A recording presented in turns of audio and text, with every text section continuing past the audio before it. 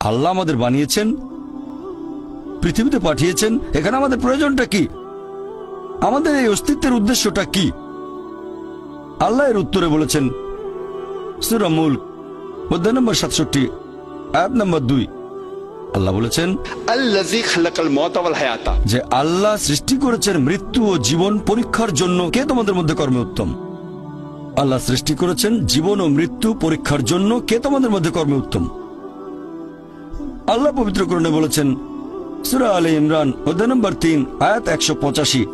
আল্লাহ বলেছেন কুল্লু নাফসিন যায়কাতুল মউত, প্রত্যেক জীব মৃত্যুর স্বাদ গ্রহণ করবে, আর চূড়ান্ত বিচার হবে রোজ কিয়ামতের দিনে। যাকে সেদিন দোজখ থেকে রক্ষা করা হবে আর বেহেশতে দাখিল করা হবে, সেই পৃথিবীর উদ্দেশ্য অর্জনে সফল কাম। কারণ এই পার্থিব জীবন ছলনাময় ভোগ ব্যতীত আর কিছুই নয়। তার মানে এই পৃথিবীতে আমাদের ইহকাল, এটা পরকালের জন্য একটা পরীক্ষা। যদি আল্লাহ সুবহানাহু ওয়া তাআলার আদেশগুলো মেনে চলেন, তাহলে পরকালের জীবনে বেহেশতে যেতে পারবেন, আর আদেশগুলো না মানলে বেহেশতে যেতে পারবেন না, দোজখে যাবেন। তাহলে এই জীবন আমাদের অস্তিত্বের পেছনের উদ্দেশ্য। আল্লাহ বলছেন পরকালের জন্য পরীক্ষা। আর আল্লাহ পবিত্র কোরআনে বলেছেন সূরা আনকাবুত অধ্যায় নম্বর 29 আয়াত নম্বর 2 যে তোমরা কি মনে করো আমরা ঈমান এনেছি এটা বললেই তোমাদের ছেড়ে দেওয়া হবে? তোমাদের অবশ্যই পরীক্ষা নেব। যদি শুধু মুখে বলেন আল্লাহকে বিশ্বাস করি, আমি একজন মুসলিম, আমি একজন মুমিন, এটা বললেই আল্লাহ ছেড়ে দেবেন? এখানেই পরীক্ষা শেষ? আল্লাহ বলছেন তোমরা জানো না আমি পরীক্ষা করব? শুধু বললেন আমি একজন মুসলিম, শুধু মুখে বললেন আমি বিশ্বাসী, মুখে বললেন আমি আল্লাহর কাছে নিজের ইচ্ছাকে সমর্পণ করি, তাহলে আপনাকে ছেড়ে দেওয়া হবে না। আল্লাহ অবশ্যই পরীক্ষা করবেন। আল্লাহ পবিত্র কোরআনে বলেছেন সূরা বাকারা অধ্যায় নম্বর 2 আয়াত নম্বর 155 আমি অবশ্যই তোমাদের পরীক্ষা করব ক্ষুধার ভয় দিয়ে, জীবন আর ধন সম্পদের ক্ষয়ক্ষতি দিয়ে, এবং ফল ও ফসলের ক্ষয়ক্ষতি দিয়ে। আর শুভ সংবাদ দাও তাদের যারা ধৈর্যশীল। আল্লাহ সবাইকে পরীক্ষা করবেন ভয় দিয়ে, ক্ষুধা দিয়ে, জীবন আর ধন সম্পদের ক্ষয়ক্ষতি দিয়ে, ফল ফসলের ক্ষয়ক্ষতি দিয়ে। আল্লাহ অবশ্যই পরীক্ষা করবেন। আর আল্লাহ এক একজনকে এক একভাবে পরীক্ষা করেন। আল্লাহ পবিত্র কোরআনে বলেছেন সূরা আনাম অধ্যায় নম্বর 6 আয়াত নম্বর 165। আল্লাহ বলেছেন যে তিনি কিছু মানুষকে অন্যদের তুলনায় বেশি মর্যাদা দান করেছেন। আল্লাহ সুবহানাহু ওয়া তাআলা কিছু মানুষকে অন্য মানুষদের তুলনায় বেশি মর্যাদা দিয়েছেন। আল্লাহ কোরআনে বলেছেন সূরা নাহল অধ্যায় নম্বর 16 আয়াত নম্বর 71 যে তিনি কিছু মানুষকে অন্য মানুষের তুলনায় শ্রেষ্ঠত্ব দান করেছেন। আল্লাহ এই কথা আবারও বলেছেন সূরা আনাম অধ্যায় নম্বর 6 আয়াত নম্বর 165 যে আল্লাহ সুবহানাহু ওয়া তাআলা কিছু মানুষকে অন্যদের তুলনায় বেশি মর্যাদায় উন্নীত করেছেন, আর তিনি যা দিয়েছেন তার ভিত্তিতেই তোমাদের বিচার করা হবে। এখানে অনেক লোকজন এভাবে প্রশ্ন করে আল্লাহ তাআলা এখানে সুবিচার করবেন কিভাবে? কেউ হয়তো জন্মায় গরিব পরিবারে, আবার কেউ জন্মায় ধনী পরিবারে, কেউ জন্মায় ভালো স্বাস্থ্য নিয়ে, কেউ জন্মায় অসুস্থ হয়ে। এটাই তো অবিচার। আল্লাহ তাআলা সুবিচার করেন না। তিনি এইসব আলাদা মানুষের জন্য আলাদা বিচার করবেন কিভাবে? আমরা জানি যে পার্থিব জীবনে আছে জন্ম আর মৃত্যু, বিভিন্ন অসুখ হতে পারে, কেউ গরিব কেউ ধনী, এই সবই আসলে পরীক্ষা। আর আল্লাহ পবিত্র কোরআনে বলেছেন সূরা আনফাল অধ্যায় নম্বর 8 আয়াত নম্বর 28 আল্লাহ বলেছেন যে অবশ্যই তোমাদের ধন সম্পদ আর সন্তান সন্ততি এগুলো তোমাদের জন্য পরীক্ষা। এরপর সূরা মুনাফিকুন অধ্যায় নম্বর 63 আয়াত নম্বর 9 যে তোমাদের সম্পদ আর সন্তান সন্ততি যেন তোমাদেরকে আল্লাহ তাআলার স্মরণে উদাসীন না করে। আল্লাহ তাআলা এক একজন মানুষকে এক একভাবে পরীক্ষা করেন। আপনি যদি কাউকে জিজ্ঞেস করেন যে ভালো কাজগুলো কি কি আর ভালো কাজগুলো কি, এ ব্যাপারে আস্তিক নাস্তিক সব ধরনের মানুষই তখন বলবে ভালো কাজ হচ্ছে দান করা, নিজে সন্তুষ্ট থাকা। কয়েকটা ভালো কাজের কথা বললে দান করার থাকবে। এখন একজন মানুষ পরোপকারী কি না সেটা আল্লাহ কিভাবে পরীক্ষা করবেন? কিন্তু সবার সম্পদ যদি সমান থাকে, পরীক্ষার ব্যাপারটা তাহলে আসবে কিভাবে? পরীক্ষা তখনই নেওয়া যাবে যখন কেউ হবে ধনী আর কেউ হবে গরিব। তাই আল্লাহ তাআলা এক একজনকে এক একভাবে পরীক্ষা করেন। হয়তো কেউ জন্ম নিয়েছে ধনী পরিবারে, তাই সম্পদ অনেক বেশি, আবার কেউ জন্মায় গরিব হয়ে। তবে যে লোকটা ধনী, ইসলামিক শরিয়া অনুযায়ী ইসলাম ধর্মের একটা স্তম্ভ হচ্ছে যাকাত, যে প্রত্যেক ধনী লোক যাদের সঞ্চয় নিসাব লেভেলের উপরে 85 গ্রাম স্বর্ণ সে প্রতি হিজরি বছরে সেই সঞ্চয়ের 2.5% জাকাত হিসেবে দান করে দেবে। সেই লোক হতে পারে লাখপতি, হতে পারে কোটিপতি। যদি সে ঠিকমতো জাকাত দেয় তাহলে সে পাবে 5 নম্বর। হয়তো সে পুরো জাকাত দিল না, সামান্য কিছু অংশ দান করলো, যা দেওয়ার কথা তার 20% দিল, যেটা দেওয়া উচিত তার সামান্য অংশ দিল, তাহলে সে ফেল করবে। আবার কেউ হয়তো জাকাতই দেবে না, একেবারে শূন্য। আর গরিব লোককে কোনো জাকাত দিতে হবে না, সেভাবে ফুল নাম্বার। কিন্তু আমরা মানুষরা এভাবে বলি, আহা বেচারা লোকটা খুব গরিব, এই লোকটার জীবনে শুধু সমস্যা আর সমস্যা। আর ধনীদের দেখে আমরা মুগ্ধ হই। আমাদের প্রিয় নবী বলেছেন যে একজন ধনী লোকের বেহেশতে প্রবেশ করা গরিবের চেয়ে অনেক বেশি কঠিন। আর পবিত্র কোরআন বলছে, সূরা আনফাল অধ্যায় নম্বর 8 আয়াত নম্বর 28, ধন সম্পদ তোমাদের জন্য পরীক্ষা, এটা পরীক্ষা। আমরা বোকা তাই এভাবে চিন্তা করি যে এই লোকটার অনেক টাকা, আল্লাহ অনেক রহমত দিয়েছেন, এটা একটা পরীক্ষা।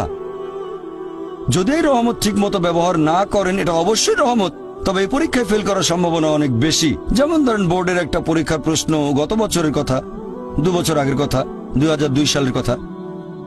সেবারের প্রশ্ন খুব কঠিন ছিল, বেশিরভাগ ছাত্রছাত্রী উত্তর দিতে পারেনি। পরের বছর সেই প্রশ্নটা আসলো না, তখন এটা বলা বোকামি, ও দুঃখ, এবার তো আসলো না, আপনি তো খুশি হবেন যে এবার আসেনি। তাহলে সম্পদ একটা পরীক্ষা। তাহলে যাদের ধন সম্পদ নেই তাদের জন্য ধনীদের তুলনায় বেহেশতে যাওয়াটা অনেক সহজ। আল্লাহ এক একজনকে এক একভাবে পরীক্ষা করেন। সেজন্য আল্লাহ বলেছেন, তোমাদের ধন সম্পদ যেন তোমাদেরকে আল্লাহ তাআলার স্মরণে উদাসীন না করে। এটা একটা পরীক্ষা। আরেকটা পরীক্ষা হচ্ছে সন্তুষ্টি, নিজে সন্তুষ্ট থাকা। আর আমাদের নবী মুহাম্মদ সাল্লাল্লাহু আলাইহি ওয়াসাল্লাম বলেছেন, এটা আছে সহিহ বুখারীতে, খণ্ড নম্বর 8 হাদিস নম্বর 447। নবী বলেছেন, যদি কারো কাছে একটা পর্বত সমান স্বর্ণ থাকে, সে এরকম আরেকটা চায়।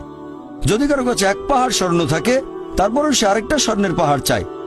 আর সর্বশেষে তার মুখগহ্বর পূর্ণ হয় কবরের মাটি দিয়ে।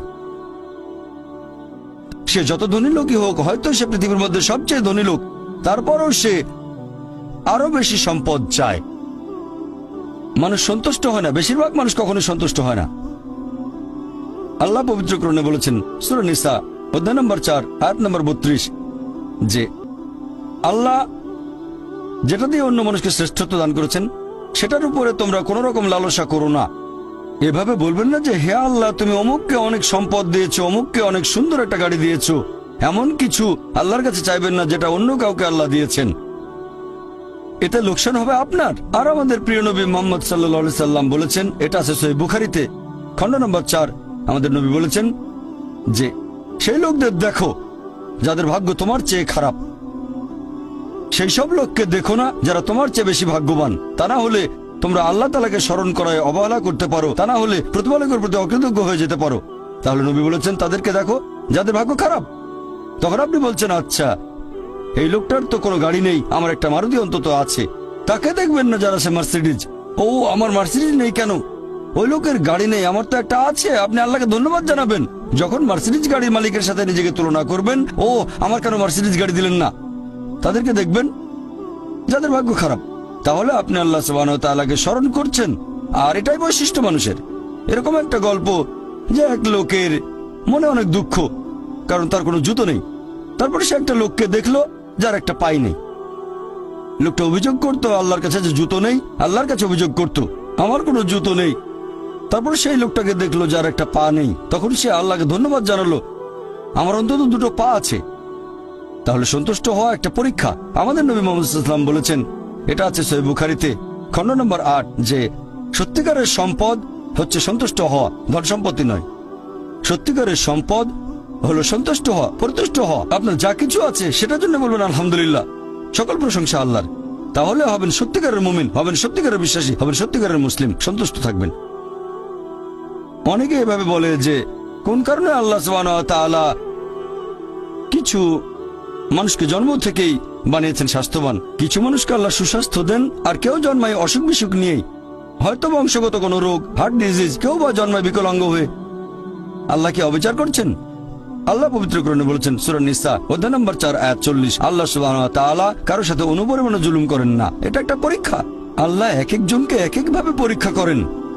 এরকম হতে পারে যে শিশু এখন জন্মাচ্ছে, সেই সময় মাসুম, নিষ্পাপ, তার কোনো দোষ নেই। আর পবিত্র কোরআন বলছে সূরা আনফাল অধ্যায় নম্বর 8 আয়াত নম্বর 28 যে তোমাদের ধন সম্পদ আর সন্তান সন্ততি তোমাদের জন্য পরীক্ষা।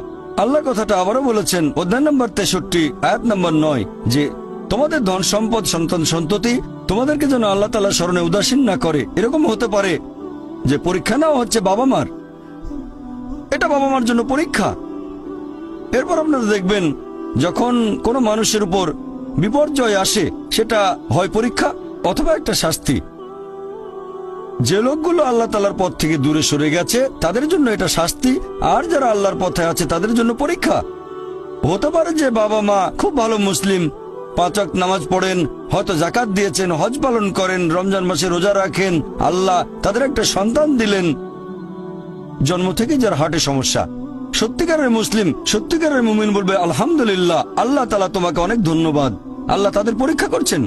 আরেকটা লোক যে কৃতজ্ঞ নয় আর এই পরীক্ষায় হয়তো পাশও করবে না, সে বলবে কেন, সে লাফালাফি শুরু করবে, আল্লাহর কাছে অভিযোগ করবে যে কেন আল্লাহ তাআলা আমাকে এমন বিকলাঙ্গ সন্তান দিলেন জন্ম থেকে যার হার্টে সমস্যা। আর পরীক্ষা যত কঠিন পুরস্কার তত বেশি। পরীক্ষা যত কঠিন পুরস্কারের পরিমাণ তত বেশি। যেমন ধরেন আপনি পরীক্ষা দিচ্ছেন বিএ ডিগ্রি এক্সামিনেশন, যদি পাশ করেন তাহলে আপনি graduate, BA graduate in arts. তবে যদি এমবিবিএস পরীক্ষায় পাশ করেন তাহলে গ্র্যাজুয়েট হবেন, নামের আগে ডক্টর বসাবেন, ডক্টর। কিন্তু এমবিবিএস পরীক্ষায় পাশ করা এটা বিএ পরীক্ষায় পাশ করার চেয়ে অনেক বেশি কঠিন।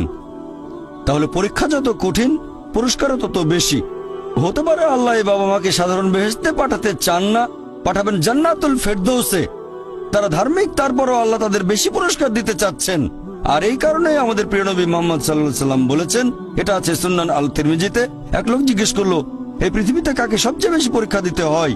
নবী উত্তরে বললেন যে আল্লাহ সুবহানাহু ওয়া তাআলার সকল নবী রাসূলকে সবচেয়ে বেশি পরীক্ষা দিতে হয়। এরপরে যারা নবী রাসূলগণের ঘনিষ্ঠ, যারা নবী রাসূলগণের মতো, তারপরে যারা সাহাবীগণের মতো। আর একজন লোকের ঈমান যত বেশি মজবুত পরীক্ষাটাও তত বেশি কঠিন। তাকওয়া যত বেশি থাকে আল্লাহ তত কঠিন পরীক্ষা দেবেন। আপনি কোথাও এমবিবিএস নিয়ে পড়াশোনা করছেন কারণ বেশি নম্বর পেয়েছিলেন এইচএসসিতে, সেজন্য এখানেও পরীক্ষা কঠিন। এমবিবিএস পাশ করাটাও বেশ কঠিন। তাহলে এখানেও নবী রাসূলগণের তাকওয়ার সাথে সাধারণ মানুষের তাকওয়ার কোনো তুলনায় হয় না। যেহেতু তারা ছিলেন নবী এবং রাসূল, তাই তাদেরকেও পরীক্ষা করা হয়েছে। কোন নবী রাসূলকে এই পরীক্ষা না নিয়ে ছেড়ে দেওয়া হয়নি। তাদের তাকওয়া লেভেল অনেক উপরে। নবী রাসূলকে অনেক বেশিবার পরীক্ষা করা হয়েছে সাধারণ মানুষের চেয়ে। আপনার বাচ্চা অনেক বেশি, অনেক কঠিন। তাহলে আপনার তাকওয়া যদি বেশি হয় আল্লাহ আপনাকে পরীক্ষা করবেন। সত্যিকারের মুমিন কোন বিপর্যয়ের মধ্যে পড়লে বলে সুবহানাল্লাহ, সকল প্রশংসা আল্লাহর, আলহামদুলিল্লাহ। সে ধরে নেয় এটা একটা পরীক্ষা। কোনো বিপর্যয় আসলে সেটা হয় একটা পরীক্ষা অথবা একটা শাস্তি। নবীগণের তাকওয়া অনেক বেশি, তাদের জন্য এটা শাস্তি না, এটা পরীক্ষা। আর তারা পাশ করেছেন। যদি কারো জীবনে কোনো ভালো কিছু ঘটে সেটা হয় একটা পুরস্কার অথবা পরীক্ষা। সম্পদ হতে পারে পুরস্কার অথবা একটা পরীক্ষা। ভালো কোনো কিছু ঘটলে সেটা হয় পুরস্কার নয়তো একটা পরীক্ষা। অনেকে আল্লাহর পথ থেকে দূরে সরে যায়, তারপরে বলে আমাকে সম্পদ দাও, আল্লাহর সম্পদ দেন, তারপরে তারা পরীক্ষায় ফেল করে। তাহলে এই পৃথিবীতে তারা তাদের ইচ্ছে মতো আরামায়েশ করে, কিন্তু আখিরাতে শুধু ক্ষতিগ্রস্ত হয়। দান একটা পরীক্ষা, সন্তুষ্ট হওয়া পরীক্ষা, সন্তান সন্ততিও পরীক্ষা।